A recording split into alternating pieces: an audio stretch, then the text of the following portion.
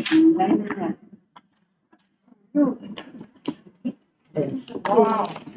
everyone, and welcome to the September 4th meeting of the Police Accountability Board. Tonight, I want to thank our interpreters, Madison Baldwin and James Brown. Thank you for your service.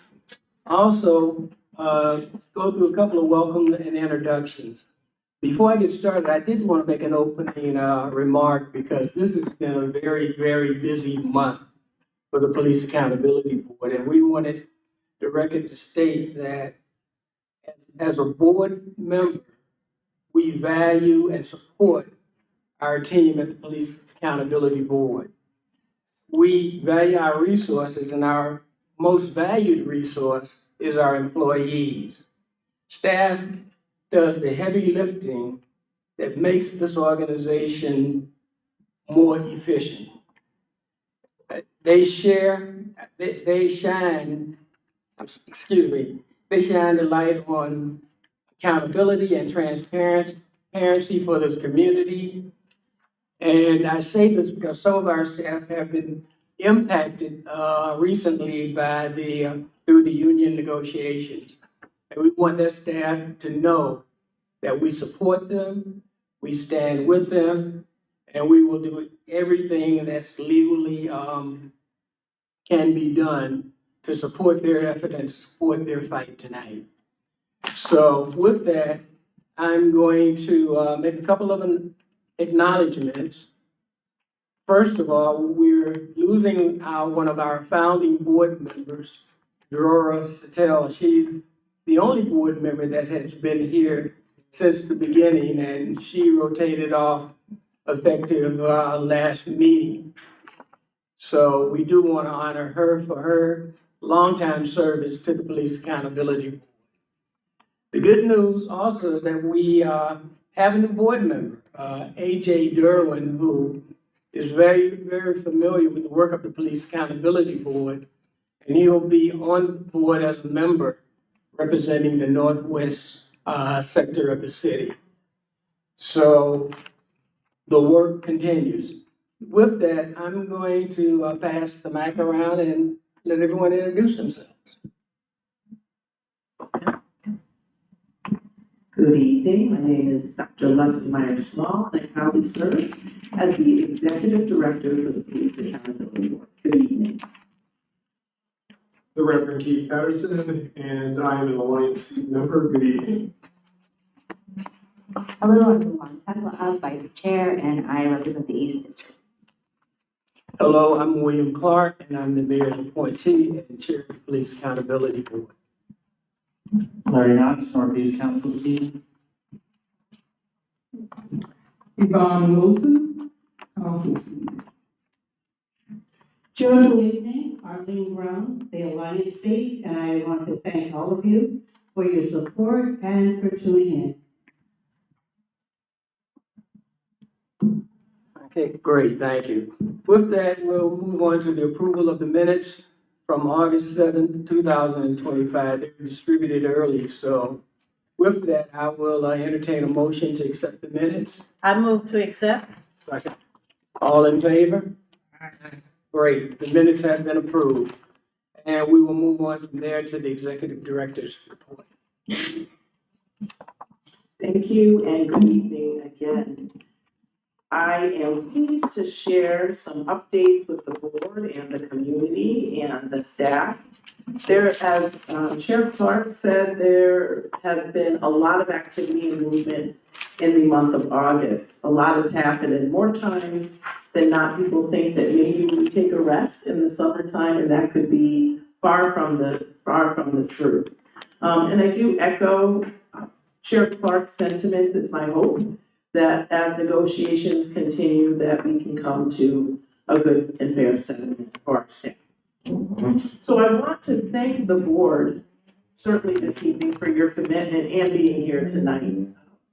Weather is changing, and we're slipping into more typical Rochester weather. It's cooling down, but we thank you for being here.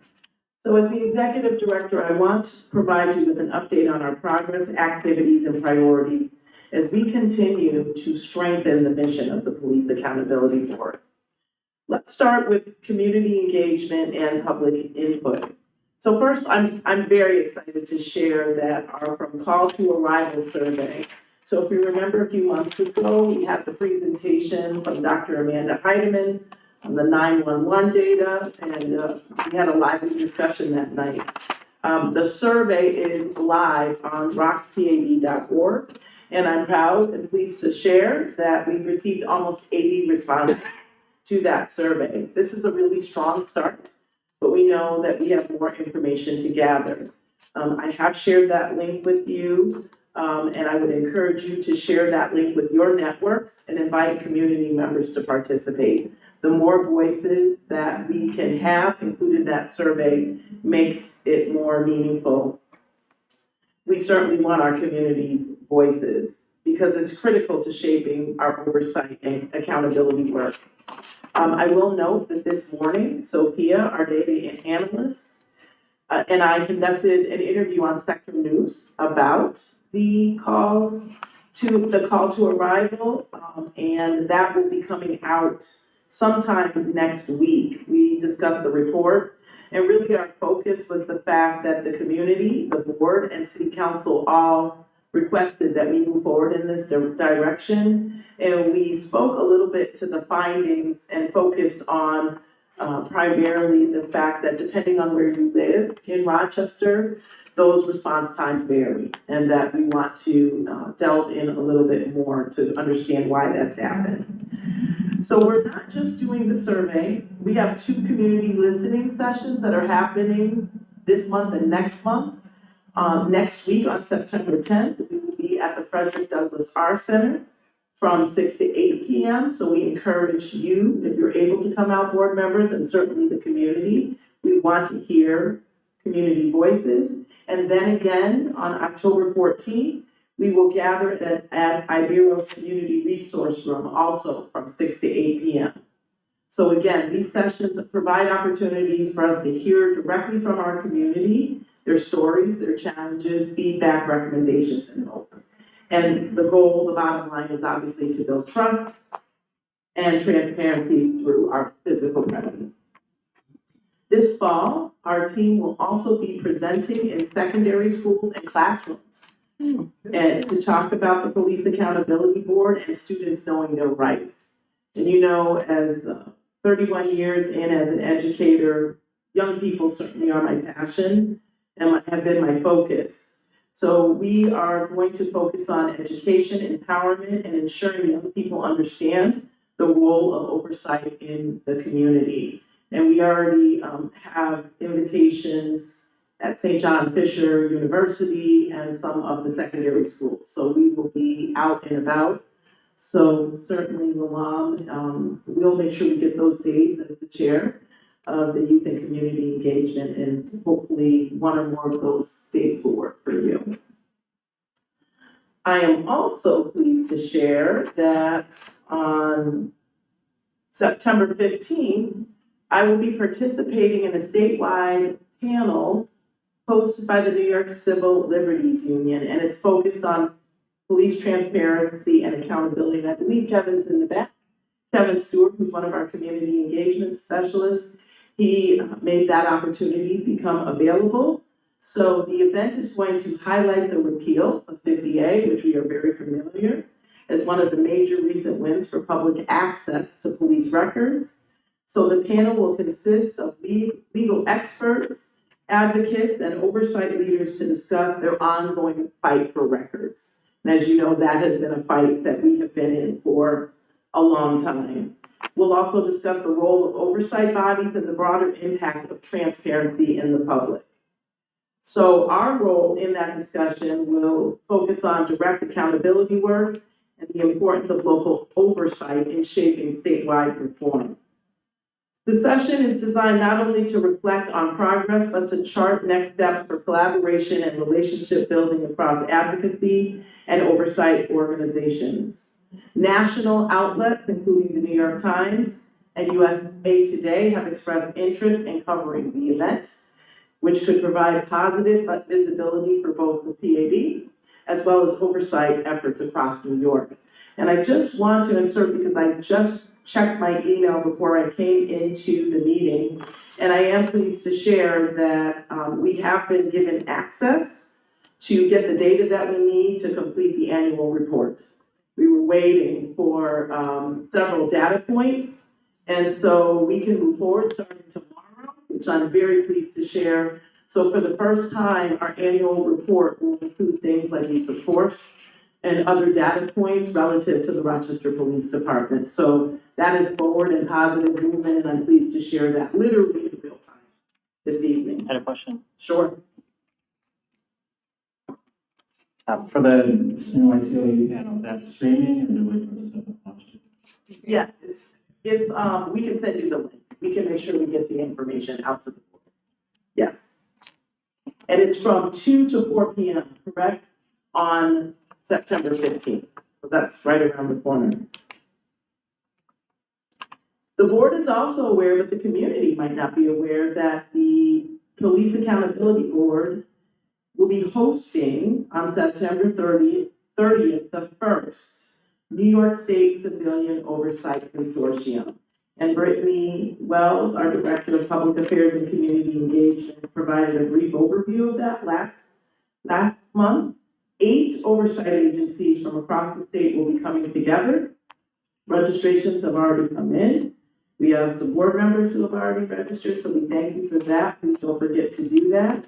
And we are finalizing our keynote speaker for the day. And we have some feelers out there, and we can't share just yet. But if we are successful, you will be very pleased to hear who our keynote speaker will be. And has a lot of recognition and experience and passion for civilian oversight. So this is a historic moment, and again, I want to acknowledge our previous chair, Larry Knox, because he took up the baton years ago to make this happen. And when we met, when I first started over a year ago, we discussed this, and so all I did was picked up the baton and moved it forward, and we're really getting close to the finish line. So this provides an opportunity to unite oversight voices, share strategies, and demonstrate the power of collaboration at a statewide level. So Larry, again, thank you for your passion, your insight in beginning the work so that we could get to this point on the 30th of September, which again is right around the corner. I want to acknowledge certainly Rabbi Settles' last board meeting. Tonight, she's not here, but I do want to take a moment to thank her for her service, her passion, and her dedication to our agency, to our staff, and to this community. Her leadership has been marked both by courage and compassion. She helped guide the PAB through challenging moments and growth, and her impact will continue to shape our work.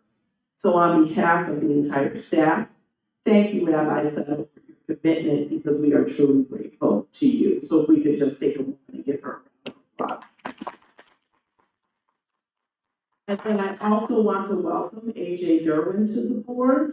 He was unable to make it tonight as it's his anniversary, so he is excused tonight. But he will be joining us next month, and AJ brings expertise. He actually was a former staff member here. He is an attorney, and he will help to round out the expertise on our board, so we're looking forward to working with AJ. Welcome, AJ. Let me talk just a little bit about staff development and culture. In 2 weeks, our entire staff will participate in a 3-day undoing racism training.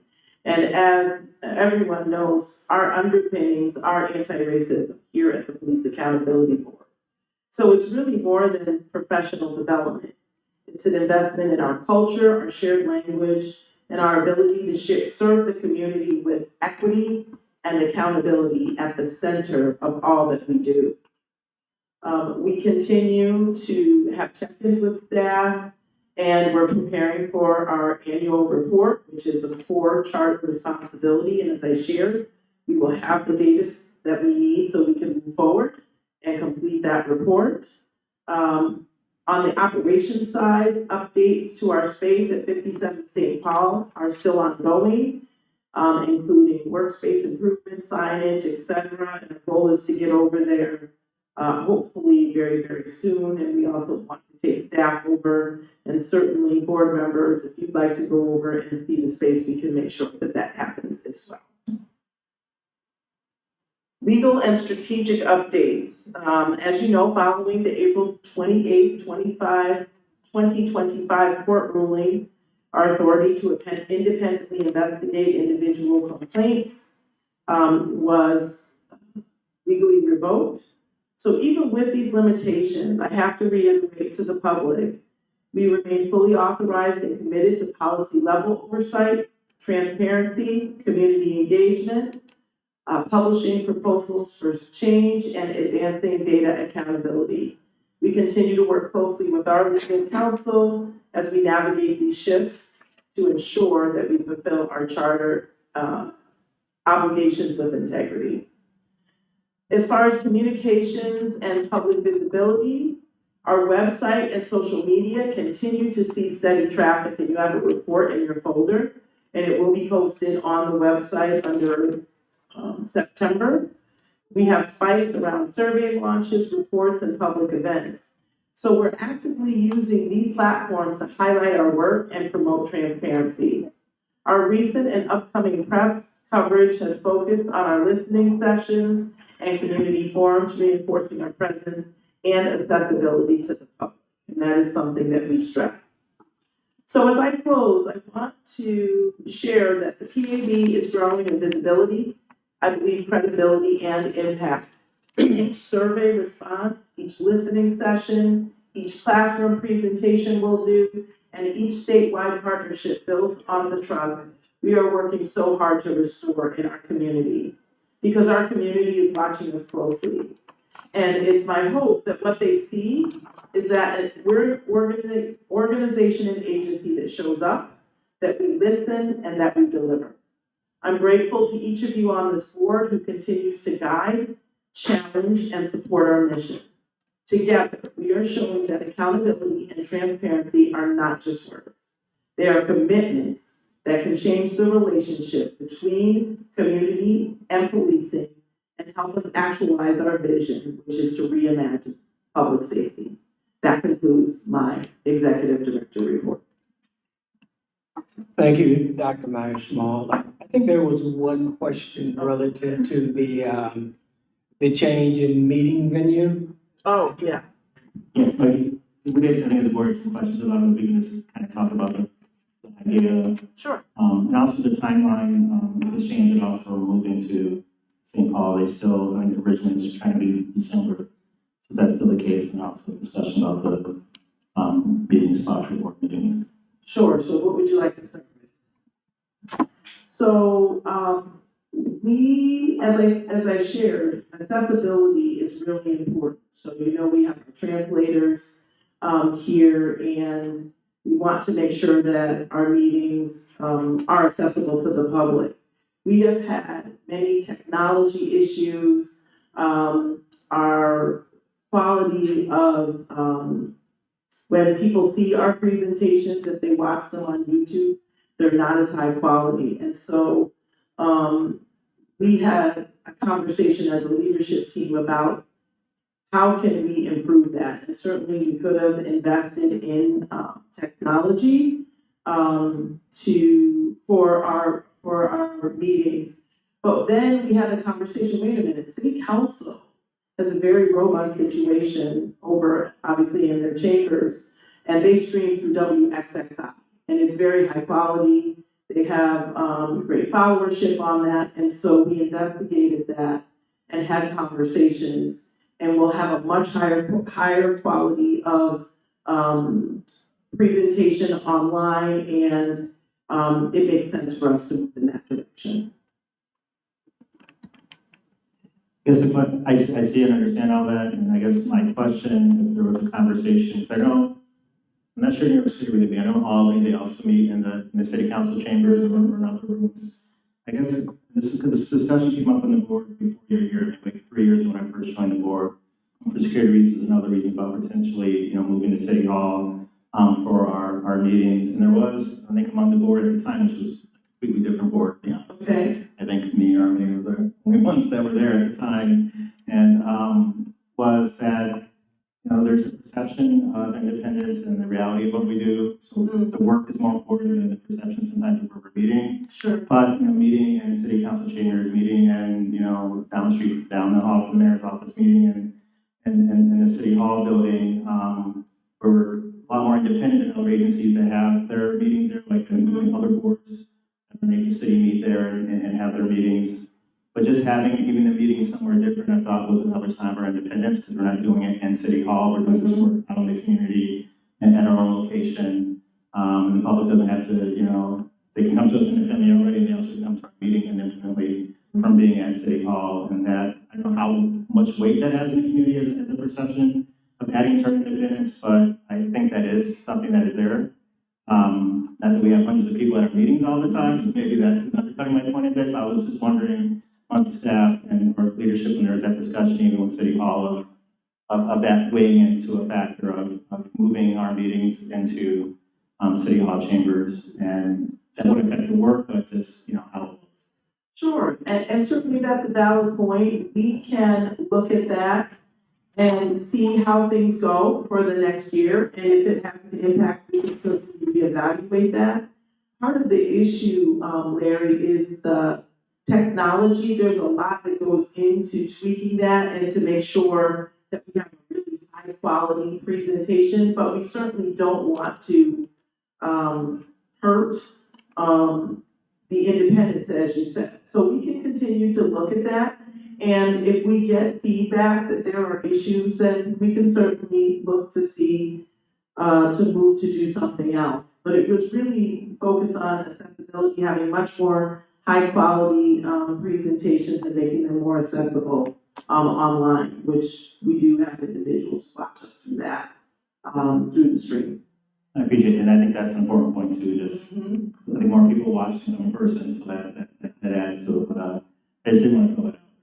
Thank you. I just want to ask, will that cause a conflict in the time that we as the PAB board will meet, like on the first Thursday, because they have meetings there themselves on Thursday? No, we have looked at it and there isn't a conflict. We have the same time. 6 p.m. on our first Thursday of the month. Okay. We also, should we need to go into executive session, and more times than not we do, we'll have access to a room that is confidential, private. Larry, you had another question though, I thought. Thank you. Yeah, and I would say just considering I was going to pull from violent for a lot of reasons, but that's another reason with security. City Hall could be a better location also. Yes. Yeah, just about to move to St. Paul, the time I know we can go over and look, but just originally at the beginning of the year, the timeline was December.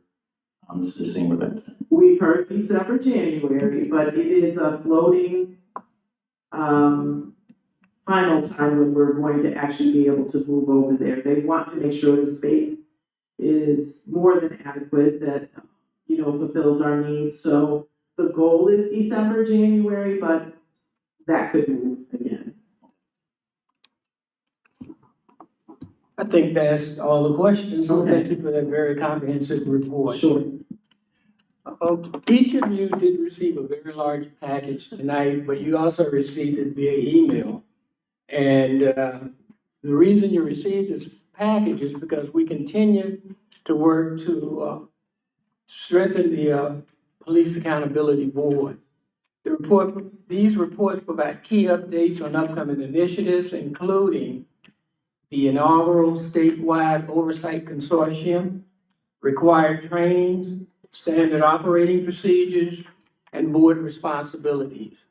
These efforts ensure that we remain compliant to our charter while upholding the highest standards of accountability and governance.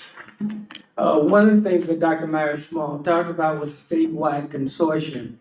And this is a huge move because we're the initial state, we're the first state to have a statewide consortium. And there's 8 police accountability boards across New York State. And the conference, the central objectives of the conference is to establish a governance structure for consortium, and to create working groups focused on advancing key priorities, which include developing a shared legislative agenda and promoting the exchange of best practices.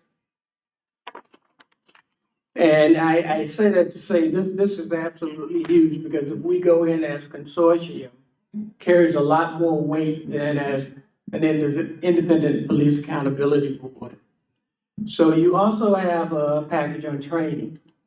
And this, you receive this to remain in full compliance with PAB's charter, Police Accountability Board's charter. All board members must complete a range of annual trainings, and these include the Citizens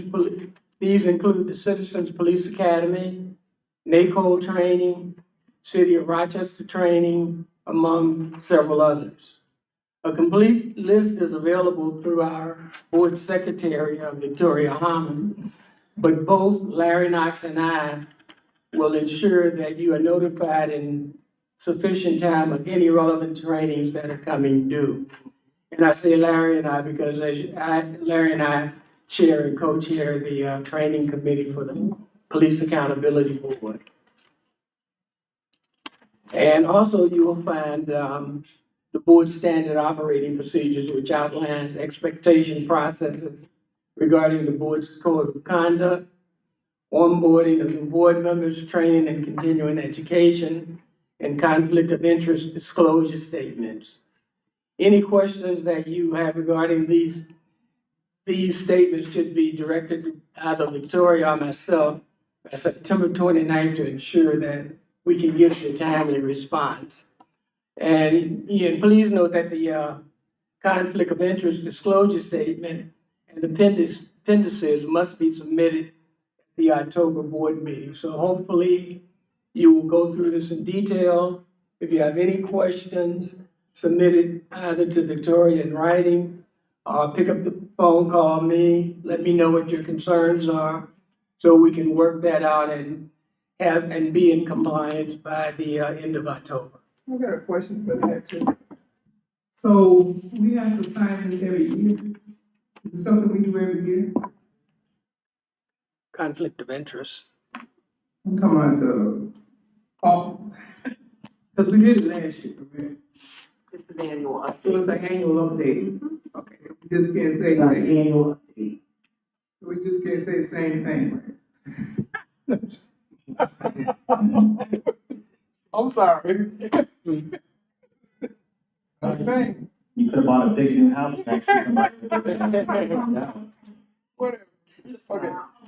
Also, I noticed in several boards, what they do is, they will send you last year's copy, and if there's no changes, you Okay. can re-sign it. So maybe we can look Yeah, at we can do that. maybe doing something like that also. Are there any other questions related to the training package and the operating procedures that you received? No, not hearing any. So I do look forward to hearing from you. And if I don't hear from you, if we don't hear from you, I look forward to Victoria receiving the signed documents by October 29th. They're gonna be printing it out? They're printed out, ready for your signature. Okay, thank you very much. Chair Clark, I'm sorry, we do have, an update, under my executive director report. Sure. We need to just give an update, so I apologize. So if we can just go back to that. Kevin Stewart, who is coming to the front, is a community engagement specialist. If you remember, we administrated the Police Accountability Board survey, and we had an action plan that accompanied that. And so we think it's important for you as the board, our staff and community to understand our progress, and that we just didn't launch the survey and not do anything about what we said we would want to do. So with that, Kevin, you have the floor. Thank you, and Bill, so sorry. Is that all right? That's good. Yeah, thank you, everybody, and good evening. My name is Kevin Stewart. I'm a community engagement specialist here at PAB. As Dr. Marcel said, this is an update. We conducted a very thorough community survey in 2024-25. But we want to make sure we're giving updates to the board and to the public on what we're doing about those results. Because we're not just interested in establishing baselines and measuring the public opinions and the awareness of PAB, but we want to track our progress as we continue to improve on all these metrics. So, I'm going to run through these things. We also have some physical documents to accompany, which I'll reference through the presentation. So this survey had a total of 212 responses across 2 different languages, and a few key takeaways were that 66% of respondents felt that Rochester is not doing enough to hold police accountable. We also saw that 52% of respondents have had direct proximity, either themselves or someone they know, with experienced police. What we see here is a demonstrated need, a clear and maintained need for accountability in our city, as well as an understanding that that need is driven by elected authority. 68% of respondents said that they think the PAB would be more effective if we had the ability to discipline officers. Furthermore, 75% supported the release of investigative reports. Now, obviously, this was conducted before the April 28th decision, so a lot of things have been in flux. A lot of these strategies and action items have been altered to be in compliance with the decision. But as we start to think about action items in response to these needs, we want to demonstrate consistent impact across all departments. We highlighted investigation authority in the past, but especially with this new transition decision, it's important to emphasize the role of both the new AT division as well as policy oversight. Policy and oversight has been really performing for years, and so we want to make sure that as community engagement, we're featuring both their new projects as we see with the calls for response, as well as old projects. And the first document I'll refer you folks to is the blue tracker but this is a summary document.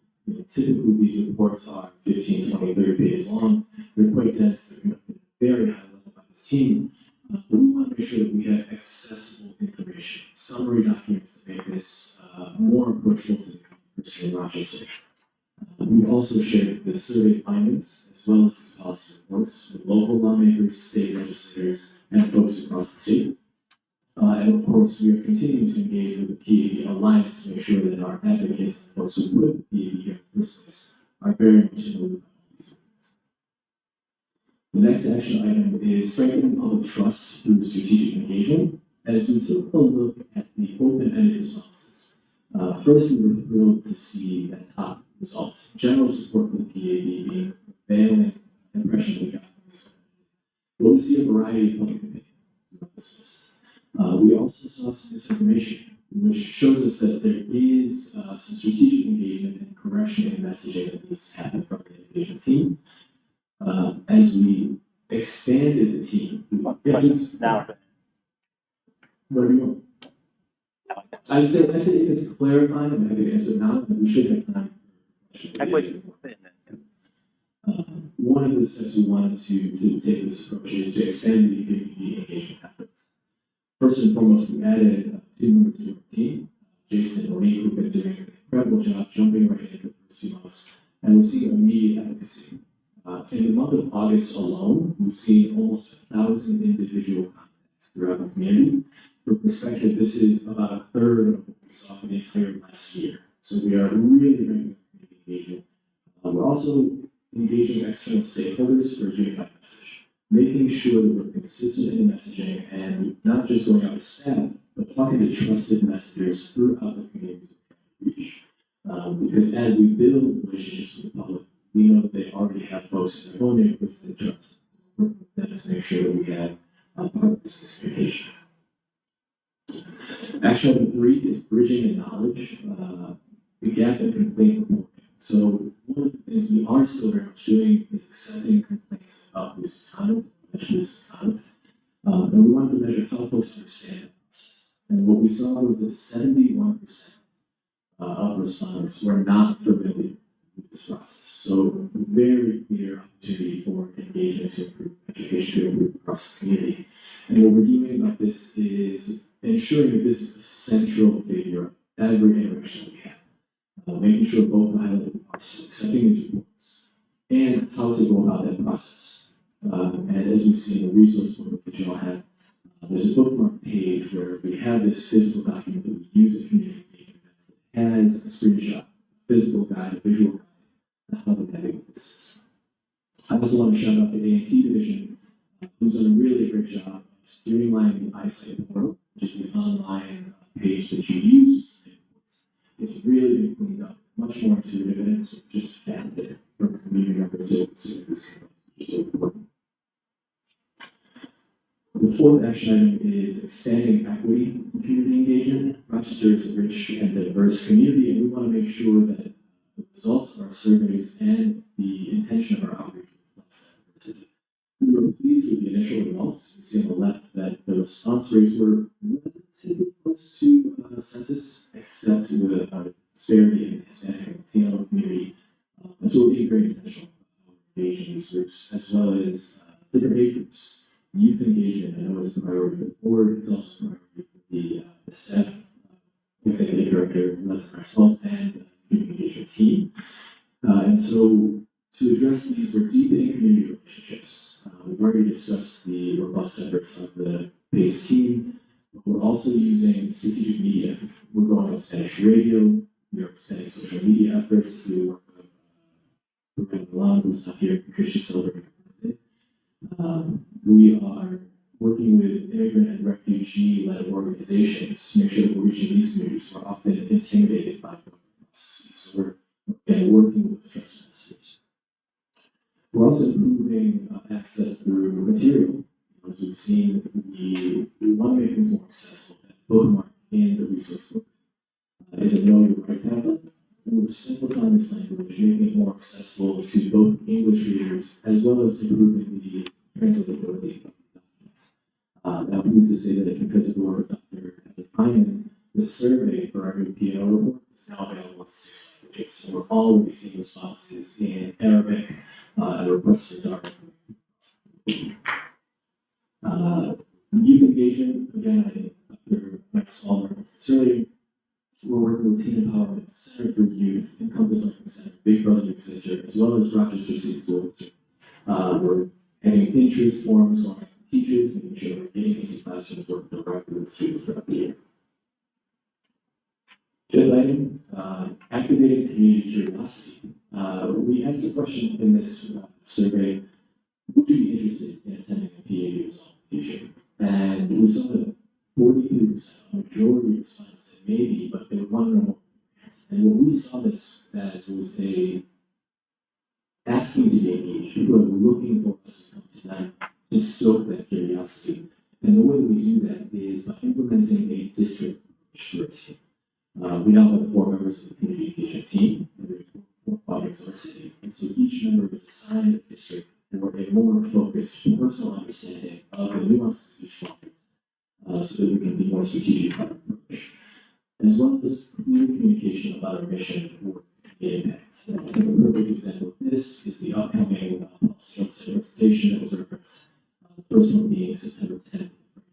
Our center had the experts, the one who did this research, being able to present to the community so that these folks can see how our work directly impacts them. The final action item is building trust and ensuring safe access to books. We can make eyesight easy to use, we can educate folks on how to file a complaint, but if that trust is not there, we won't be reaching the folks that we really need to see the PABs work reaching. And when we measured what deterrence folks had, why people were not filing complaints if they had experienced misconduct, we saw that concern about retaliation was the leading barrier. And so in every single interaction we have, every single touch, whether it be at a table, whether it be a presentation, we highlight the fact that the top priority of our agency is protecting the identity and dignity of our complainants, as well as those who are not serving. And we are also making sure that when you file, coming to file, even if you're out of jurisdiction, final document here is a list of resources that was compiled by our recent intern. We give a list of resources, local resources, to every single person. Every person files a complaint with us, or attempts to, even if they're out of jurisdiction, because it's the priority of this organization to improve public safety by being a public servant. And no one's going to walk into the PAB they walk out with more resources than they had before. So that is a living document. We're continuing to expand the resources that we provide so they come in. And we've seen really positive.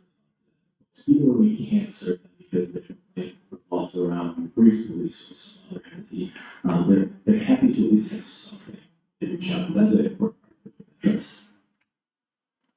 Any questions? I'll take it.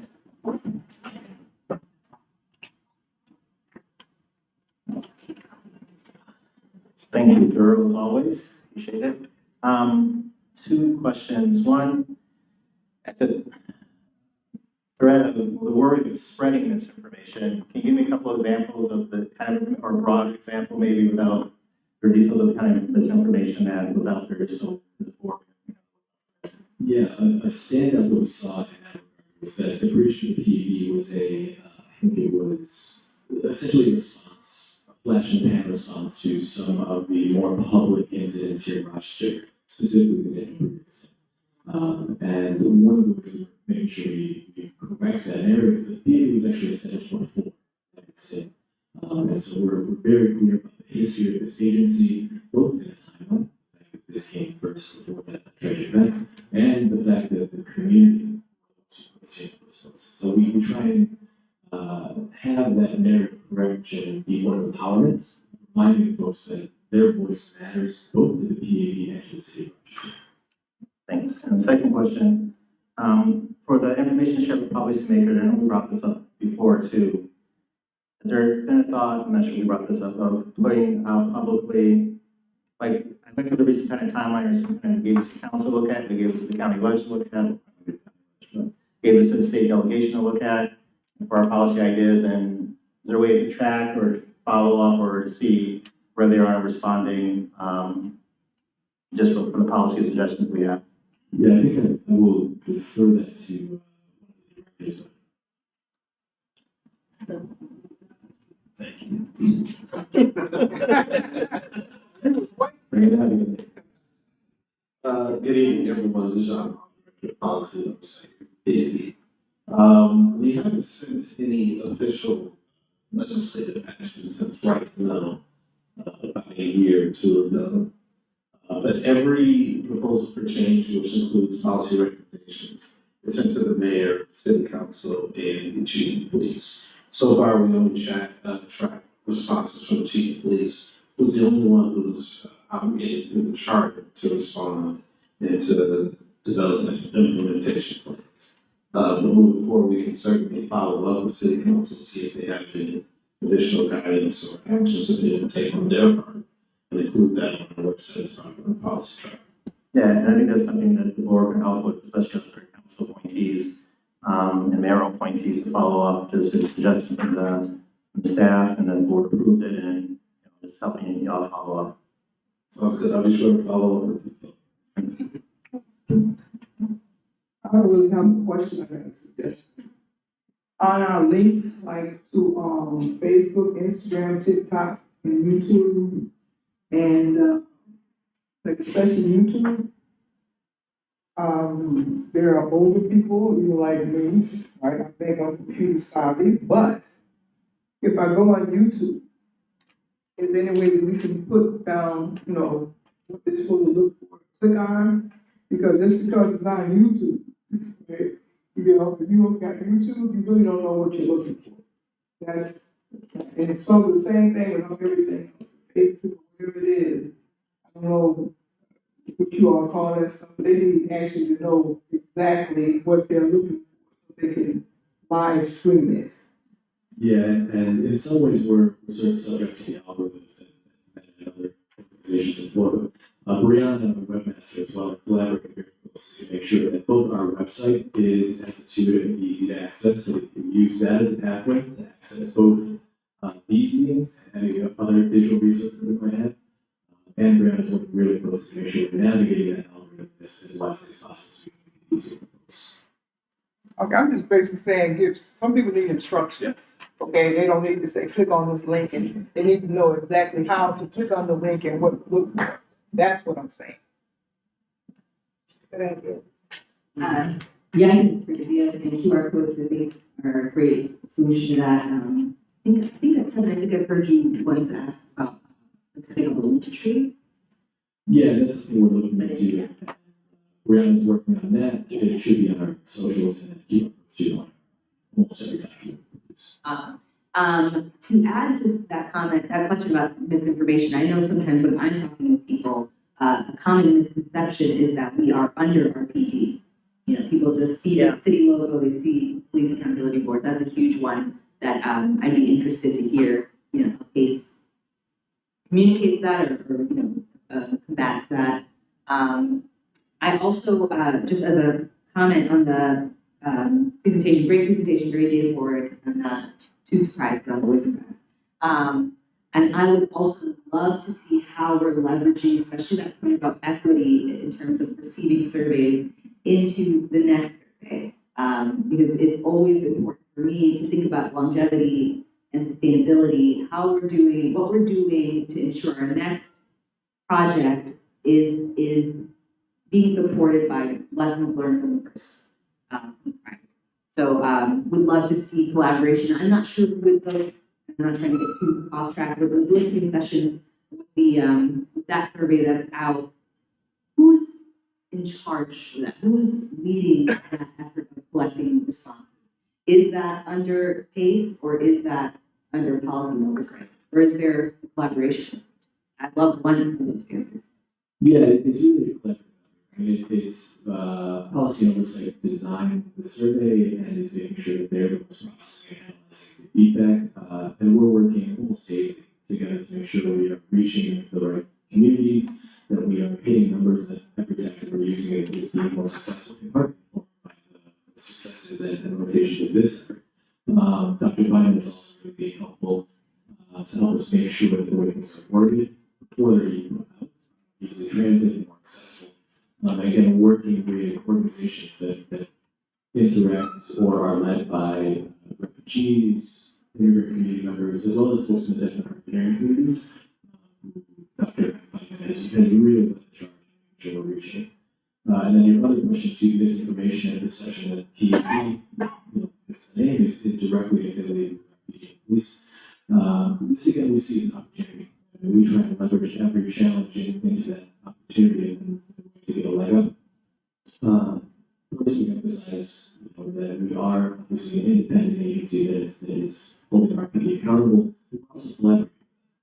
If we're thinking about improving public safety, we obviously cannot do that. We can't come to that table unless we have someone collaborating with this process. So I think that Dr. Mark Small and his leadership has done a really good job of relationship with our PD command, especially the chief. And so we make sure that we emphasize that we are no more anti-police and city council sent down there. We're collaborative, we're just balance, and we're on the same team.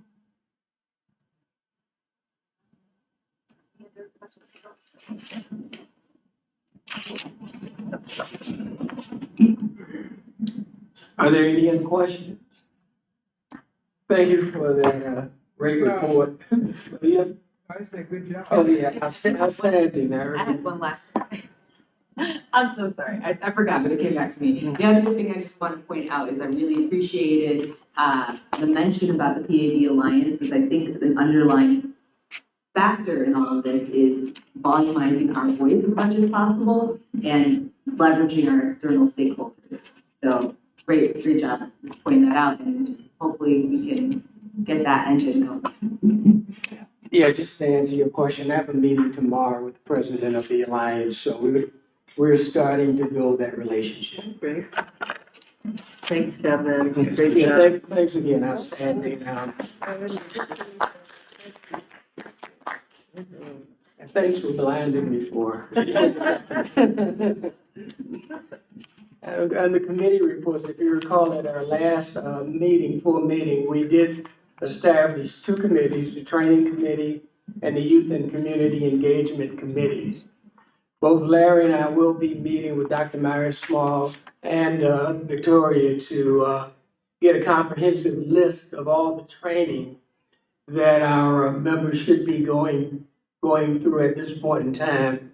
And as I indicated earlier, we will be contacting you and getting that information to you to make sure that you're enrolled in the proper training. Because one of the things we want to do is make sure that we're the best police accountability board we can be. And with that, I'll turn it over to Luan to talk about the youth and community engagement. Thank you.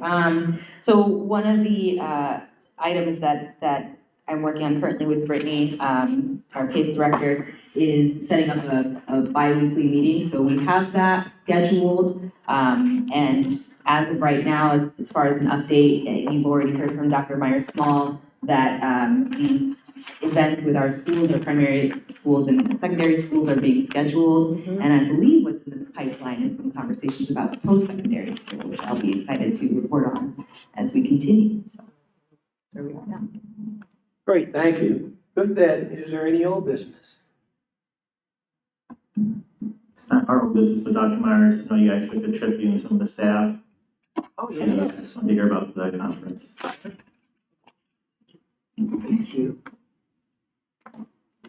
So last week, Jason Monroe was here, community engagement specialist. Certainly, Jason, if you want to just join us up at the front, because there might be something that you would like to share. And Sophia, who was mentioned, who is our bilingual data analyst, we traveled to the regional NACOL conference in the Bay Area in San Francisco.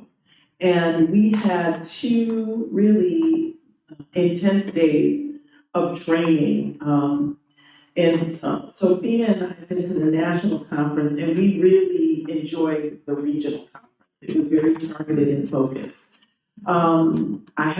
We had an opportunity to learn about how AI is being used in accountability, and again, pros, cons, controversies, et cetera. They talked about the use of drones, and how that can be used most effectively, but obviously there are confidentiality issues and privacy issues. They did talk about community engagement and how to get into communities, engage. And I think the highlight for me was just hearing the challenges that oversight agencies face. We know, I don't want to say that misery loves company, but it just was good to be in the presence of other individuals who face the battles, the challenges, the frustrations, and the joy that we do. And so, very, very positive. As I shared in the Friday letter, I did have the opportunity to meet one of the founders of NACOL, which that was the other highlight for me. And I say this with the utmost respect, but he said this to me. He said, Dr. Myers-Small, oversight is really, really important, but I want you to understand that oversight was founded by Black and African-American individuals because it impacted our communities the most during the time. And he said, that's really important for that history to be articulated and to be known, that NACOL was founded through that lens and through that perspective. And it really hit me in a very deep way. It made me think. And he also wanted to make sure that, that I knew that just continue in the fight, don't give up. It is hard, it is frustrating. You want to throw in the towel sometimes, but it is worth the fight. And he said, just stay in the fight. But to hear just from someone who's been doing this work for decades, and who was very committed and was one of the founding individuals of NACOL, was really synergistic. And he wasn't on the program or anything like that, but just to catch him. And so I just said, I'm fanning a little bit, fangirling here. Can I take a picture? And he said, absolutely. And then he gave me a little bit of advice about my 18-year-old who's in college, because he has sons. So that was really positive. I don't know, Jason, if you want to add anything.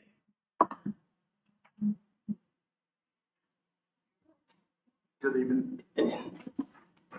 Good evening, everyone. I'm Jason Monroe, Community Engagement Specialist, and it was a very enjoyable time for me as well.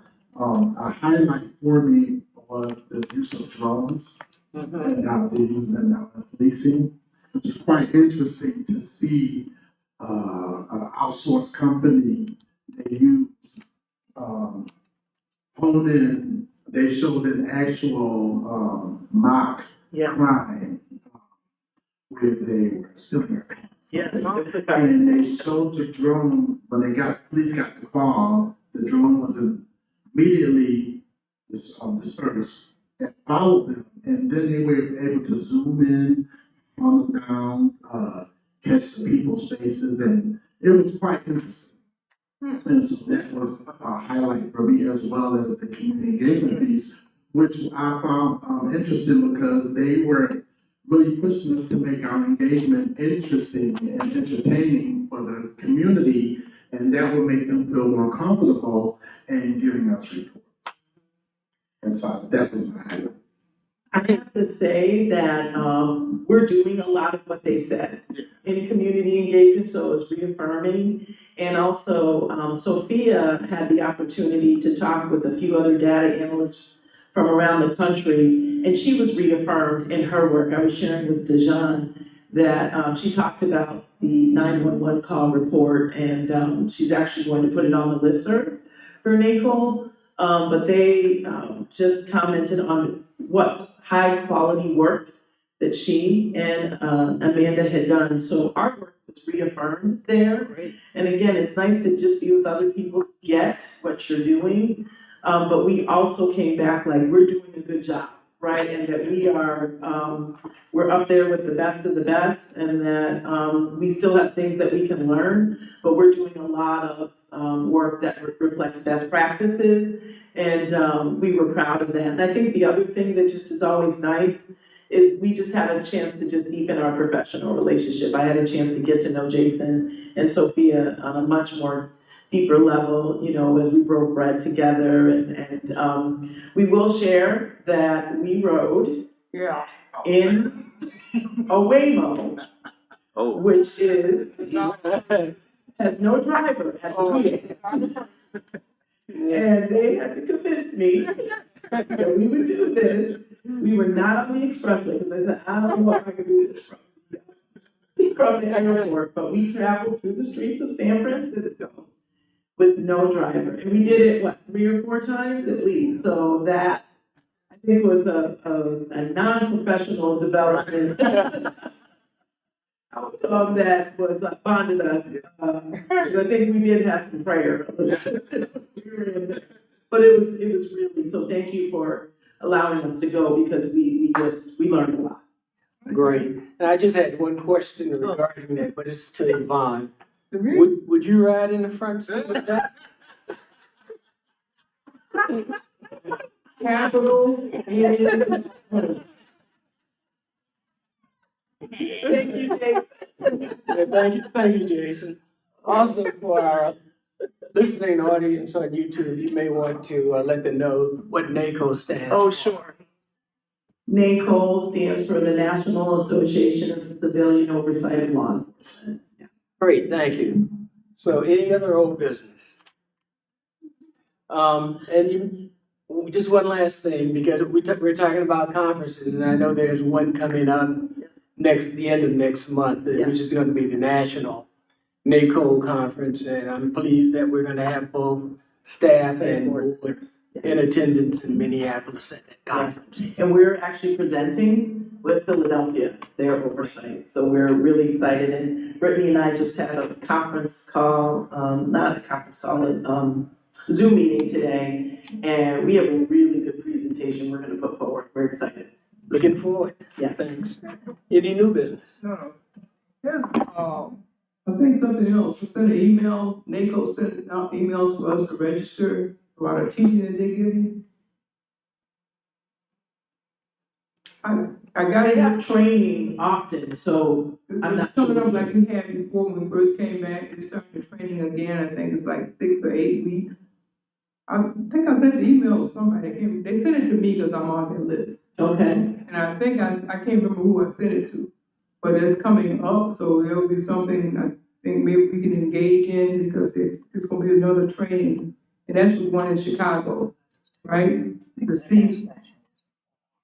I'll take a look at, I'm not sure, I didn't see that email from you, but I can investigate and see, and then we can follow back up with more. It's time to register. You want to be part of it, like we had before. Mm-hmm. Sure. Great. Any new business? Hearing none, we're going to recess into executive session where we will be discussing ongoing legal matters. There won't be any votes taken, but we will reconvene to adjourn the meeting. Thank you. Oh, yeah. Motion to, thank you, Yvonne. A motion to go into executive session. Second. Second, all in favor? Aye. Great. It's been approved.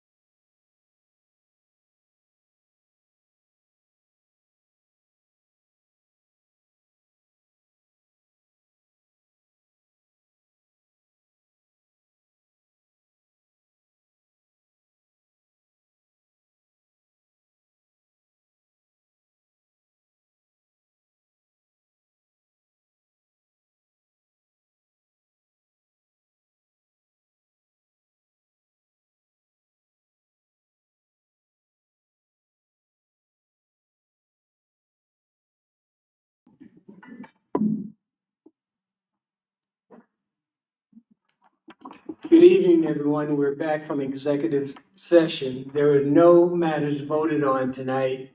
So at this point in time, I want to thank you for joining, and I'll entertain a motion to adjourn the meeting. I make a motion that this meeting be adjourned. A second. All in favor? Aye. Aye. Thank you. Meeting has been adjourned.